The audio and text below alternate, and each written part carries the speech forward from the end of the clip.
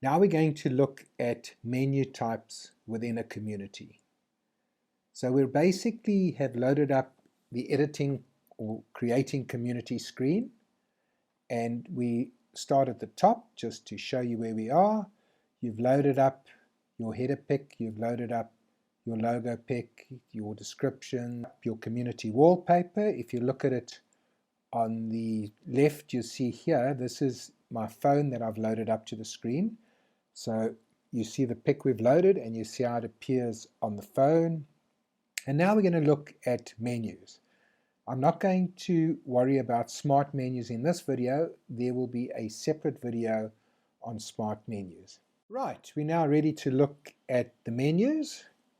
If you look on the left, I've got my phone loaded up, which you can see what the menus look like. And as we go through, I'll demonstrate how the menus look on the phone. So you've got overview, which you see on the left. You've got references. Then you've got your example menu types. And this is where I'm going to focus. So I'm going to now press the example menu types on the phone and take you through each of the different types of menus. So the first is a news feed. So let's have a look what a news feed looks like on the app.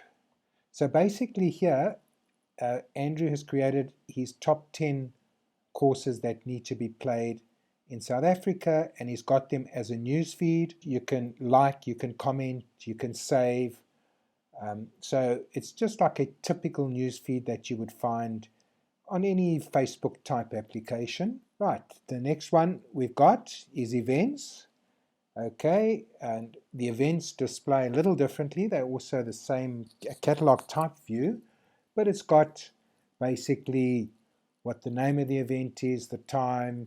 If you click on the event, so I'm going to actually click on an event, gives you the opportunity to RSVP to the event.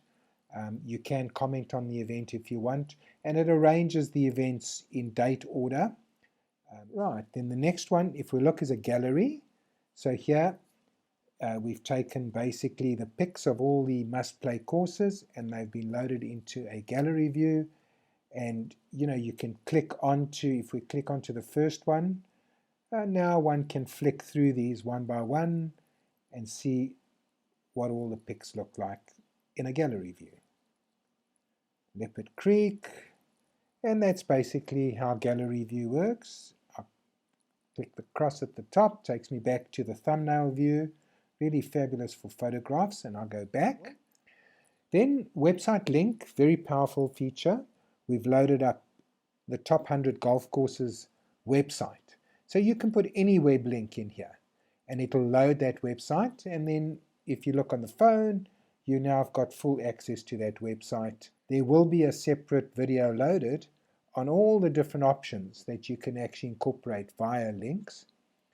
Okay, a catalog view. So now those same top 10 courses are displayed in a catalog view. You can see basically the thumbnail on the left plus whatever information is on the right, and then if you click on any of those, let's go into St. Francis links, it opens it up in a lightbox where you can like, you can save it, or you can comment on the pic.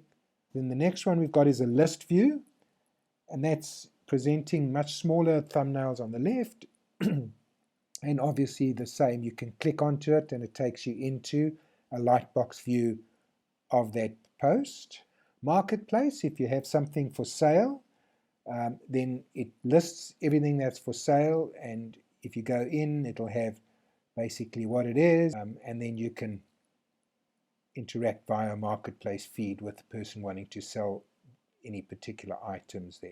Right, from marketplace, the birthday view. In this case, you would enter what your birthday message is. We've just got 3 birthdays listed there, and on the date of your birthday, it will open up the feed, and then all the other community members will be able to send you a birthday wish on the day, and then it'll close the feed off midnight of the day of your birthday. Feedback, you enter, if you look over here on the right, you enter the email address to which you want to receive the feedback, and then you enter your own text into this area, and over here it says whatever text you've entered there, and then they would put their message in and they would send that it would arrive via email to the address that you've entered. Okay, members chat, which is ability for members to just chat with each other. I won't show you that. So here we load up a survey form.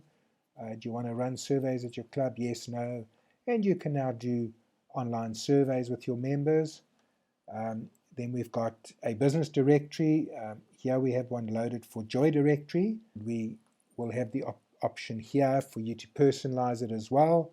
And yeah, if you just go in here, if you want to look at bookstores, you can click on, and it'll give you listings of bookstores or whatever else you want to have in your business directory by category. Okay, knockout brackets for a golf club. That's quite a nice one. So this is just sets up knockout brackets where you enter your players and it just feeds through, and anybody on your community is able to view just how the knockout's going at the club, and a location map. So here we've taken Erenvale and we've just plotted the houses at the top, and if you look, that house there is number 4 Osprey Lane. You could then list who owns it, what their details are, etc. This just uses a Google Maps interface, and there's basically each of the holes on Erenvale. You can see the 11th hole and so on. So you can set up a map of your facility. Okay, now we just have a look at visitor access, which is a level above on the menu. If I click on that, we've integrated this one to PT Guest, which is used by Erenvale as well as a number of golf clubs. So let's say I have a guest visiting me. It will go look at my address book if he's on there.